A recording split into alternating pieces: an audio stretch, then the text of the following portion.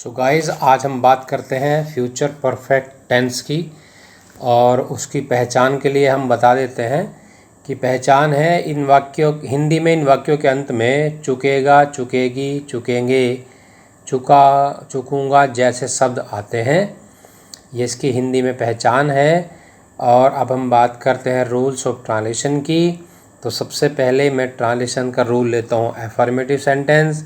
तो सब्जेक्ट के अनुसार शैल या विल लगाएंगे, यानी कि फर्स्ट पर्सन के साथ शैल और बाकी दोनों पर्सन के साथ विल लगाएंगे। वर्ब में ये इसकी पहचान है। नेगेटिव सेंटेंस में नियम बताया, नेगेटिव सेंटेंस में शैल और विल के बाद नोट लगाते हैं, फिर हैव प्लस थर्ड फॉर्म लगाते हैं। और इंट्रोगेटिव सेंटेंस में हम क्या करते हैं, यदि क्या वाक्य के प्रारंभ में हो तो शैल और विल को पहले लिखेंगे, उसके बाद सब्जेक्ट लिखेंगे, उसके बाद हैव और वर्ब की थर्ड फॉर्म का प्रयोग करते हैं।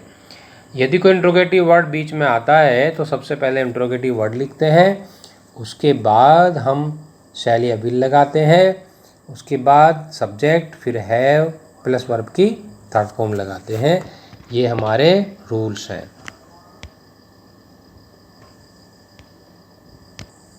फ्यूचर परफेक्ट में भी दो टेंस एक साथ आते हैं, अर्थात दो कार्य हो पाए जाते हैं।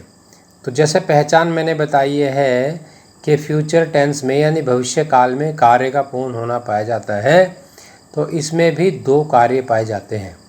तो यदि वाक्य में पहले शब्द आता है, या मैं ये बताऊं कि जो काम पहले समाप्त होगा उसे फ्यूचर परफेक्ट टेंस में बनाएंगे, जो काम बाद में समाप्त होगा उसे हम प्रेजेंट इंडेफिनिट टेंस में बनाते हैं।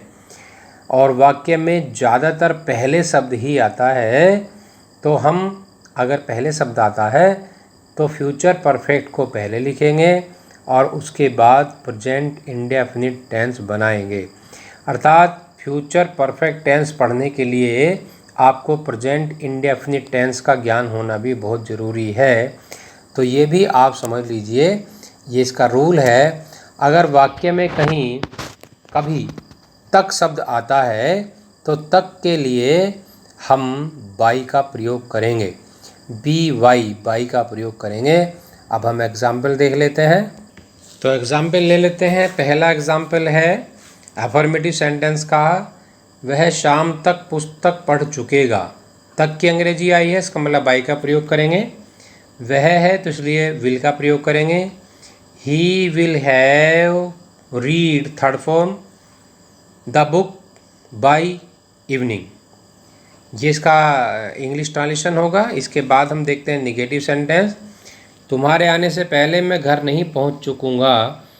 तो इसमें दो काम हो रहे हैं, तुम्हारा आना और मेरा घर पहुंचना। तो इसमें पहला काम नहीं हो रहा है, जो वह है मेरा घर पहुंचना।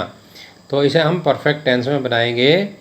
आई shall not have reached the home before you come.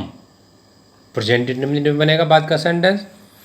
Interrogative का नियम देख लेते, इंट्रोगेटिव का रूल देख लेते हैं, यानी एग्जाम्पल। तो पहला सेंटेंस जिनमें क्या शुरू में आता है, एक एग्जाम्पल है, क्या 2 बजे तक आप इस कार्य को समाप्त कर चुकेंगे। क्या शुरू में है इसलिए विल या शैल को पहले लिखेंगे, आप है इसलिए विल लगेगा। विल यू हैव कंप्लीटेड या finished this work by 2 o'clock, 2 बजे तक है इसलिए बाई का प्रयोग करेंगे। और एक और सेंटेंस ले लेते हैं। गाड़ी आने से पहले राम यहाँ क्यों नहीं पहुँच चुकेगा। तो वाई क्या क्यों है, तो वाई लगेगा। Why will Ram not have come here before the train arrives, या कम्स। अराइव्स भी लगा सकते हैं, कम्स भी लगा सकते हैं, दोनों ठीक है। ये फ्यूचर परफेक्ट टेंस था। अब हम आगे परफेक्ट कंटिन्यूअस का अध्ययन करेंगे।